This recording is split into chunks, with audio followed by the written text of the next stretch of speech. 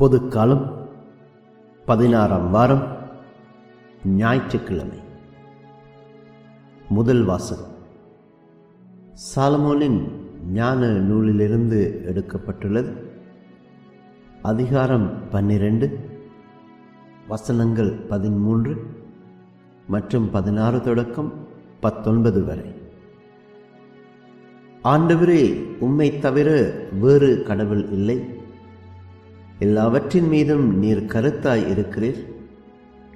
முறைகேடாக நீர் தீர்ப்பு வழங்குவதில்லை என்பதை யாரிடம் காட்ட வேண்டும்? உமது ஆற்றலே நீதியின் ஊற்று. அனைத்தின் மீதும் உமக்குள்ள ஆட்சியுரிமை அனைத்தையும் வாழும்படி விட்டு வைக்கிறது. மனிதர்கள் உமது வலிமையின் நிறைவை ஆயுறும் போது நீர் உம்முடைய ஆற்றலை காட்டுகிறீர். அதை அறிந்திருந்தும் செருக்குற்றிருப்போரை அடக்குகின்றீர். நீர் ஆற்றல் மிக்கவராய் இருப்பதால் கனிவோடு தீர்ப்பு வழங்குகின்றீர். மிகுந்த பொறுமையோடு எங்களை ஆள்கிறீர். ஏனெனில் நீர் விரும்பும் போதெல்லாம் செயல் புரிய உமக்கு வலிமை உண்டு. நீதிமான்கள் மனிதநேயம் கொண்டவர்களாக இருக்க வேண்டும் என்பதை இச்செயல்கள் வாயிலாக மக்களுக்கு கற்றுக் கொடுத்தீர். மக்களை நம்பிக்கையால் நிரப்பினீர். ஏனெனில் பாவங்களிலிருந்து மனமாற்றம் அருள்கின்றீர். இது ஆண்டவர் வழங்கும் அருள்வாக்கு. இறைவா, உமக்கு நன்றி.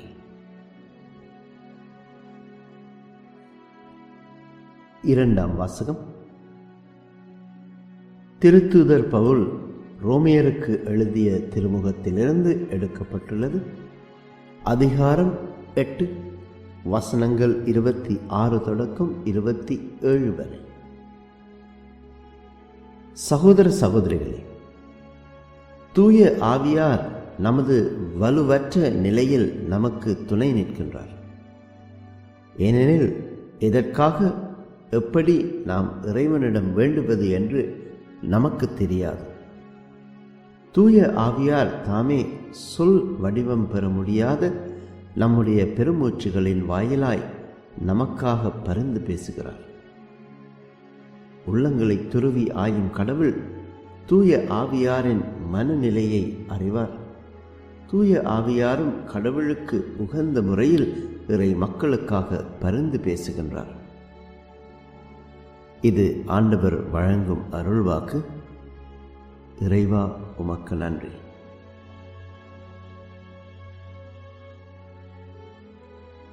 நற்செய்தி வாசகம் மத்தேயு எழுதிய நற்செய்தியிலிருந்து எடுக்கப்பட்டுள்ளது. அதிகாரம் 13, வசனங்கள் 24 தொடக்கம் 43 வரை. அக்காலத்தில் இயேசு மக்கள் கூட்டத்திற்கு எடுத்துரைத்த வேறு ஓர் உவமை. விண்ணரசை பின்வரும் நிகழ்ச்சிக்கு ஒப்பிடலாம். ஒருவர் தம் வயலில் நல்ல விதைகளை விதைத்தார். அவருடைய ஆட்கள் தூங்கும் போது அவருடைய பகைவன் வந்து கோதுமைகளுக்கு இடையே களைகளை விதைத்துவிட்டு போய்விட்டான். பயிர் வளர்ந்து கதிர்விட்ட போது களைகளும் காணப்பட்டன. நிலக்கிழாருடைய பணியாளர்கள் அவரிடம் வந்து, ஐயா, நீர் உமது வயலில் நல்ல விதைகளை அல்லவா விதைத்தீர்? அதில் களைகள் காணப்படுவது எப்படி என்று கேட்டார்கள். அதற்கு அவர், இது பகைவனுடைய வேலை என்றார். ஆகவே பணியாளர்கள் அவரிடம், நாங்கள் போய் அவற்றை பறித்து கொண்டு வரலாமா? உமது விருப்பம் என்ன என்று கேட்டார்கள். அதற்கு அவர், வேண்டாம், களைகளை பறிக்கும் போது அவற்றோடு சேர்த்து கோதுமையும் நீங்கள் பிடுங்கிவிடக்கூடும். அறுவடை வரை இரண்டையும் வளர விடுங்கள். அறுவடை நேரத்தில் அறுவடை செய்வோரிடம், முதலில் களைகளை பறித்து கொண்டு வந்து எரிப்பதற்கென கட்டுகளாக கட்டுங்கள். கோதுமையையோ என் களஞ்சியத்தில் சேர்த்து வையுங்கள் என்று கூறுவேன் என்றார். இயேசு அவர்களுக்கு எடுத்துரைத்த வேறு ஓர் உவமை. ஒருவர் கடுகு விதையை எடுத்து தம் வயலில் விதைத்தார். அவ்விதை எல்லா விதையையும் விட சிறியது, ஆனால் அது வளரும் போது மற்றெல்லா செடிகளையும் விட பெரியதாகும். வானத்து பறவைகள் அதன் கிளைகளில் வந்து தங்கும் அளவுக்கு பெரிய மரமாகும். விண்ணரசு இக்கடுகு விதைக்கு ஒப்பாகும். அவர் அவர்களுக்கு கூறிய வேறு ஒரு உவமை. பெண் ஒருவர் புளிப்பு மாவை எடுத்து 3 மரக்கால் மாவில் பிசைந்து வைத்தார். மாவு முழுவதும் புளிப்பேறியது. விண்ணரசு இப்புளிப்பு மாவுக்கு ஒப்பாகும். இவற்றையெல்லாம் இயேசு மக்கள் கூட்டத்திற்கு உவமைகள் வழியாக உரைத்தார். உவமைகள் இன்றி அவர்களோடு எதையும் பேசவில்லை. நான் உவமைகள் வழியாக பேசுவேன், உலகத் தோற்றம் முதல் மறைந்திருப்பவற்றை விளக்குவேன் என்று இறைவாக்கினர் உரைத்தது இவ்வாறு நிறைவேறியது. அதன்பின் இயேசு மக்கள் கூட்டத்தினரை அனுப்பிவிட்டு வீட்டுக்குள் வந்தார். அப்போது அவருடைய சீடர்கள் அவர் அருகே வந்து, வயலில் தோன்றிய களைகள் பற்றிய உவமையை எங்களுக்கு விளக்கி கூறும் என்றனர். அதற்கு அவர் பின்வருமாறு கூறினார். நல்ல விதைகளை விதைப்பவர் மானிட மகன், வயல் இவ்வுலகம். நல்ல விதைகள் கடவுளின் ஆட்சிக்குட்பட்ட மக்கள், களைகள் தீயோனைச் சேர்ந்தவர்கள். அவற்றை விதைக்கும் பகைவன் அலகை. அறுவடை உலகின் முடிவு, அறுவடை செய்வோர் வானதூதர். எவ்வாறு களைகளை பறித்து தீக்கிரையாக்குவார்களோ அவ்வாறே உலக முடிவிலும் நடக்கும். மானிட மகன் தம் வானதூதரை அனுப்புவார். அவர்கள் அவருடைய ஆட்சிக்கு தடையாக உள்ள அனைவரையும் நெறிகெட்டோரையும் ஒன்று சேர்ப்பார். பின் அவர்களை தீச்சுளையில் தள்ளுவார்கள்.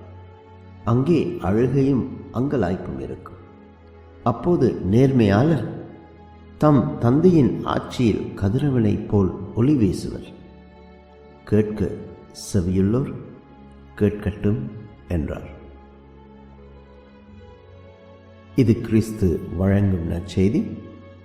கிறிஸ்துவே உமக்கு புகழ்.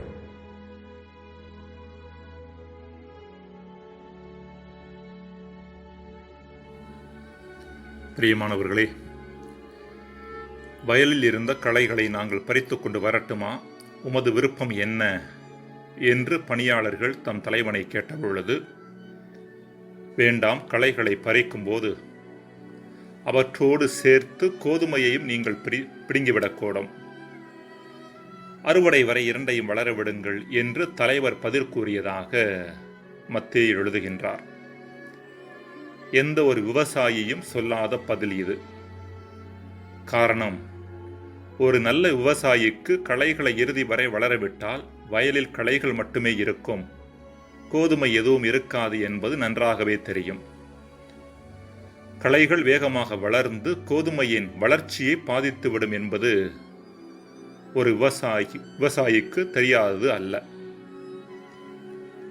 எனினும் தலைவர் மேற்கண்ட பதிலை வழங்கியதற்கான காரணம், கோதுமைகள் களைகள் ஆகியவற்றிற்கிடையேயான வித்தியாசம் குறித்த தெளிவான பார்வை, அதாவது நன்மை தீமை குறித்த தெளிவான பார்வை தன் பணியாளர்களிடம் இல்லாததே.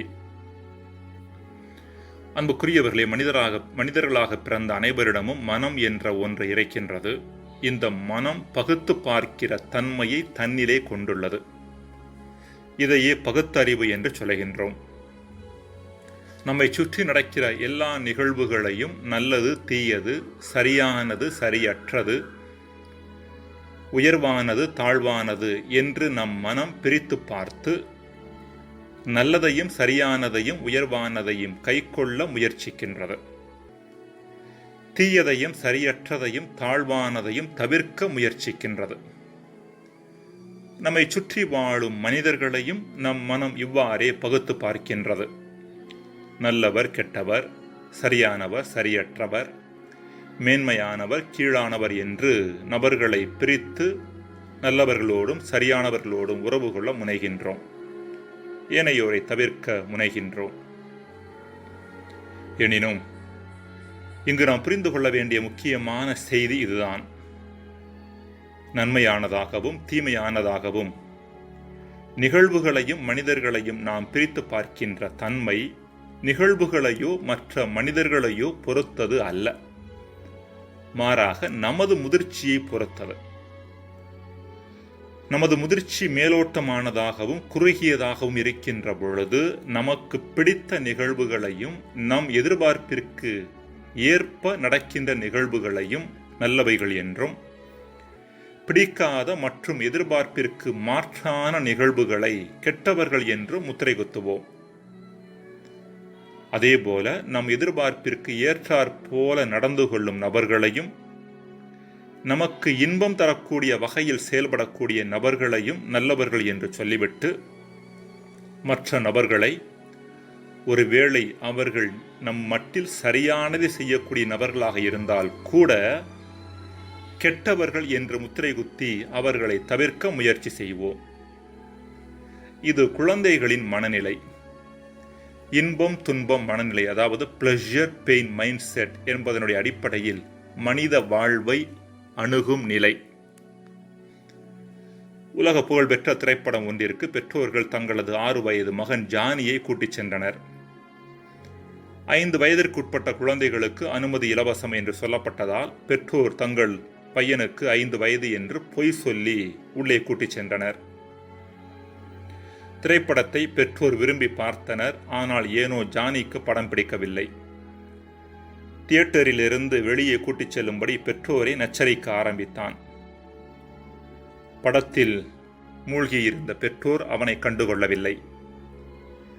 சிறிது நேரத்தில் ஜானி தன் பெற்றோர்களிடம், என்னை உடனடியாக தியேட்டருக்கு வெளியே கூட்டிச் செல்கிறீர்களா, அல்லது கவுண்டரில் இருக்கும் அங்கிளிடம் சென்று நீங்கள் பொய் சொல்லிவிட்டீர்கள் என்பதை சொல்லவா என்று மிரட்டினானா. வாழ்வின் முதிர்ச்சியில் வளர்ச்சியடைந்த நபர்கள் என்பவர்கள் வாழ்க்கை நிகழ்வுகளையும் நபர்களையும் தங்களது விருப்பு வெறுப்புகளின் அடிப்படையில் அல்ல, மாறாக அந்நிகழ்வுகள் மற்றும் நபர்களின் தன்மை மற்றும் தரம் ஆகியவற்றின் பின்னணியிலேயே அணுகுகின்றனர். தங்களுக்கு பிடிக்காததாக இருந்தால் கூட ஒரு நிகழ்வு தன்னிலே நல்லதாகவும் ஒரு நபர் தன்னிலே நல்லவராகவும் இருக்க வாய்ப்பு இருக்கிறது என்கிற பார்வை இவர்களிடம் உண்டு. தங்களுக்கு பிடித்ததாக இருந்தால் கூட அந்நிகழ்வு தன்னிலே மோசமானதாக இருக்க வாய்ப்பு இருக்கிறது என்கிற கண்ணோட்டம் இவர்களிடம் உண்டு. பிரச்சனை என்னவென்றால், நம்மில் பெரும்பாலானோர் உடல் அளவில் வளர்ச்சி அடைந்தவர்களாகவும் உள்ள அளவில் குழந்தையின் முதிர்ச்சி உள்ளவர்களாகவும் இருப்பதுதான். மனிதர்களில் பலர் உணர்வு முதிர்ச்சியை பொறுத்த அளவில் 13 வயது குழந்தையைப் போல இருக்கிறார்கள் என்று உளவியல் அறிஞர் ஃப்ராய்டு கூறியது சிந்திக்கத்தக்கது. தங்களுக்கு பிடித்தவற்றை செய்து தங்களது அகந்தைக்கு தீனி போடுகிற நபர்களை நல்லவர்கள் என்றும், சரியானவற்றை செய்து நம் அகந்தையை உடைத்து நாம் வளர்ச்சி பாதையில் வளர நமக்கு உதவுவர்களை கெட்டவர்கள் என்றும் முத்திரை குத்தும் மனநிலைதான் பெரும்பாலான மனிதர்களிடம் காணப்படுகின்றது. இவர்கள் கோதுமைகளை களைகளாகவும் களைகளை கோதுமைகளாகவும் அணுகுபவர்கள். உங்களுக்கு பிடித்தவற்றை செய்து கொண்டிருக்கின்ற வரை மனிதர்கள் உங்களுக்கு நல்லவர்கள்தான். நீங்கள் அவர்களுக்கு பிடித்தவற்றை செய்து கொண்டிருக்கின்ற வரை நீங்கள் அவர்களுக்கு நல்லவர்தான் என்றார் ஒருவர். பெர்னார்ட் ஷா கூட, அமெரிக்கர்கள் என்னையும் என் எழுத்துக்களையும் ஆராதிக்கிறார்கள். அவர்களை பற்றி ஏதாவது நல்ல காரியங்களை நான் சொல்லிக் கொண்டிருக்கின்ற வரை இது நடக்கும் என்று சொன்னார். அன்புக்குரியவர்களே, உள்ளங்களை துருவி ஆயும் தூய ஆவியானவரின் துணையுடன் நம் உள்ள முதிர்ச்சியை துருவி ஆராய முயற்சி எடுப்போம். குழந்தைகளின் மனநிலையோடு வாழ்வது எவ்வாறு நம்மை முதிர்ச்சியற்ற தனத்தில் நிலைநிறுத்துவதோடு நம் வாழ்வையும் பிறர் வாழ்வையும் நரகமாக்குகிறது என்பதையும் கண்டுணர முயற்சி எடுப்போம். ஜெபம். இறைவா, எம் முதிர்ச்சியற்ற தனத்தால் வாழ்க்கை நிகழ்வுகளையும் சுற்றியுள்ள நபர்களையும் தவறாக அணுகின்றோம் என்கிற தெளிவை எமக்கு தாரும். ஆமேன்.